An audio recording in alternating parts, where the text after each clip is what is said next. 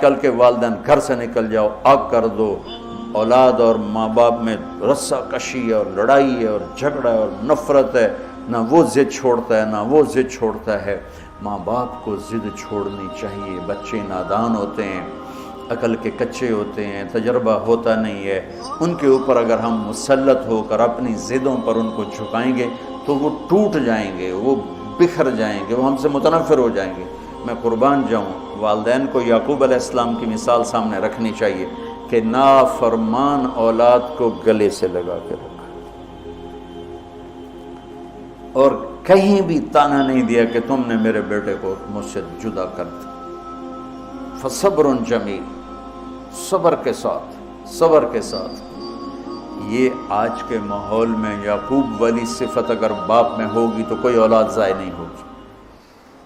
لیکن باپ ہی جب مقابلہ کر لیتا ہے، ضد پہ آ جاتا ہے، تو اپنے ہاتھوں سے اپنی اولاد کو دفن کر دیتا ہے تابوت میں۔ نافرمانی کے تابوت کی کیل والدین لگاتے ہیں کہ وہ ضد کر لیتے ہیں، بچوں سے ضد کر لیتے ہیں، ارے اپنی ضدیں توڑ دو، وہ تمہارے اوپر قربان ہو جائیں گے، فدا ہو جائیں گے۔ اگر ان پر اپنی ضدیں مسلط کرو گے پھر لڑائیاں ہوں گی، جھگڑے ہوں گے، نفرت ہوگی۔ تو یعقوب علیہ السلام بطور باپ انتہائی ہائی لائٹ ہوئے ہیں، انتہائی، کہ کس طرح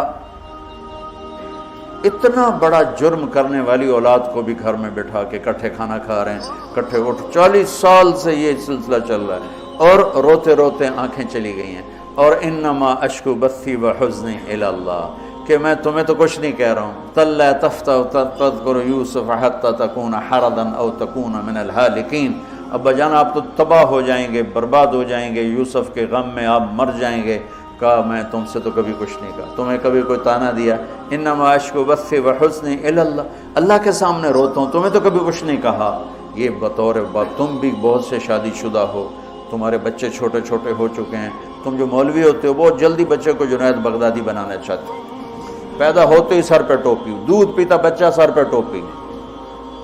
ارے بھائی کیا کر رہے ہو؟ اور اتنے گٹھ جڑا قد ہوندا تے ترائے ہاتھ تے پگڑی بنی ہوندی، اتنے بچوں کو پگڑیاں بنا رہے ہیں۔ ارے بھائی اس سے دین نہیں آتا، اس سے بچوں میں دین نہیں آتا، اللہ کے واسطے میری سنو۔ یعقوب علیہ السلام کو پڑھو تاکہ تمہیں پتہ چلے کہ بچوں کو دین پہ کیسے لانا ہے۔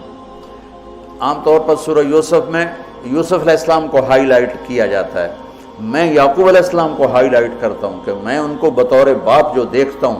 وہ کوئی یوسف علیہ السلام سے کم درجے کی اہمیت نہیں ہے یعقوب علیہ السلام کی سورہ یوسف میں، لیکن سارے مفسرین بھی اور واعظین بھی اور خطیب یوسف یوسف یوسف یوسف،